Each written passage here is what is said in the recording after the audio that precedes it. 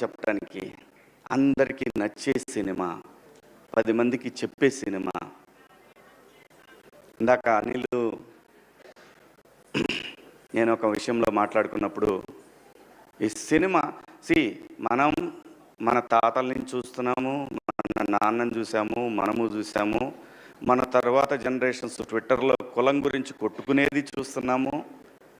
ఎన్ని తరాలైనా మారని అంశాన్ని ఏదో ఒక తరం వదిలేస్తనే దాంతో ఈ తరం ఫైట్ చేయాల్సిందే తప్పదు. ఆ కులం గోడ చుట్టూ ఉన్న ఒక మ్యాజిక్ ఉంది ఈ సినిమాలో. ఆ మ్యాజిక్ని ఫస్ట్ డే కాపీ చూసేటప్పుడు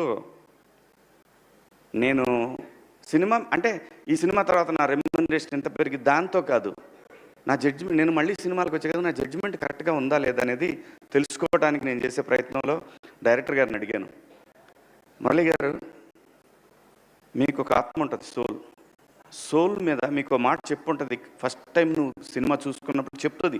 ఏ డైరెక్టర్కైనా సరే, అది ఫెయిల్యూర్ అయినా హిట్ అయినా ఏ డైరెక్టర్కైనా ఒకటి అనిపిస్తుంది.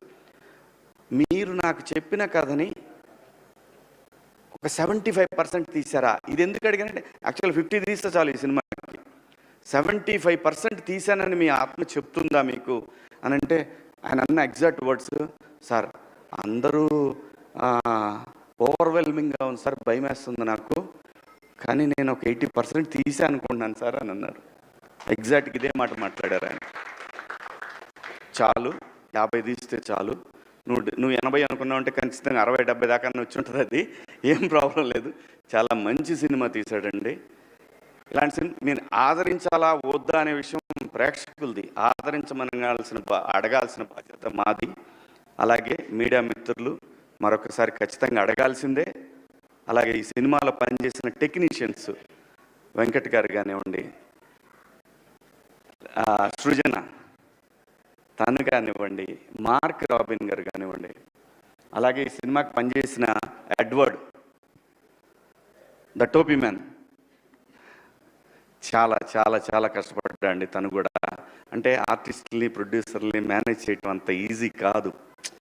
చాలా చాలా డీసెంట్గా డిగ్నిఫైడ్గా బిహేవ్ చేసి సినిమాని ఎక్కడా కూడా తగ్గకుండా నీట్గా ఒక కాపీ దాకా వచ్చేట్టు పనిచేసి తను కానీ, మేనేజర్గా పనిచేసిన మా రెడ్డి గారు కానీ, ఇలా అందరూ ప్రతి ఒక్కళ్ళు అండి, మా ఆర్టిస్టులు అందరూ, సుబ్బారావు గారు, మిగతా మా రాఘవేంద్రరావు గారు, జూనియర్ రాఘవేంద్రరావు గారు, అందరండి. ఇతను చూస్తే కోపం వస్తుంది, మీకు చంపేద్దాం అనిపిస్తుంది రేపు సినిమాలో.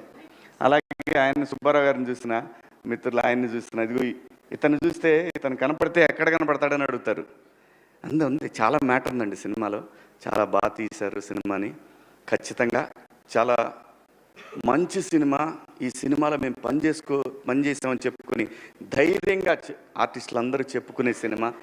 ఈ సినిమాలో నాకు బాగా నచ్చిన పాత్రల్లో బిందు మాధవ్ గారి పాత్ర ఒకటి. ఏమండి, మన దగ్గర చాలామంది ఆర్టిస్టులు ఉన్నారండి, చాలామంది. ఎట్లాంటి ఈగోకి పోవసరం లేదు. మనిషి జీవితమే ఈగోల మయం. ఎలాంటి ఈగోలు పోవాల్సిన లేదు. మీరు పాత్ర ఇచ్చి చూడండి, భారతదేశంలో ఏ నటుడికి తగ్గకుండా పనిచేసే ఆర్టిస్టులు ఇక్కడ ఉన్నారు. బయట భాషల్లో వాళ్ళు బాగా చేయరని కాదు, వాళ్ళు మంచి ఆర్టిస్టులు కాబట్టే మన వాళ్ళు పెట్టుకుంటున్నారు. నేను ఎవరిని కూడా, ఇక్కడ భాషా భేదాలు లేవు, కానీ ఇక్కడ బోల్డ్ టాలెంట్ ఉందండి. చాలా కుప్పలు తెప్పలు టాలెంట్ ఉంది. నందు కానివ్వండి, మా తమ్ముడు చింపి చాట చేశాడు సినిమాని. అలాగే రవికృష్ణ,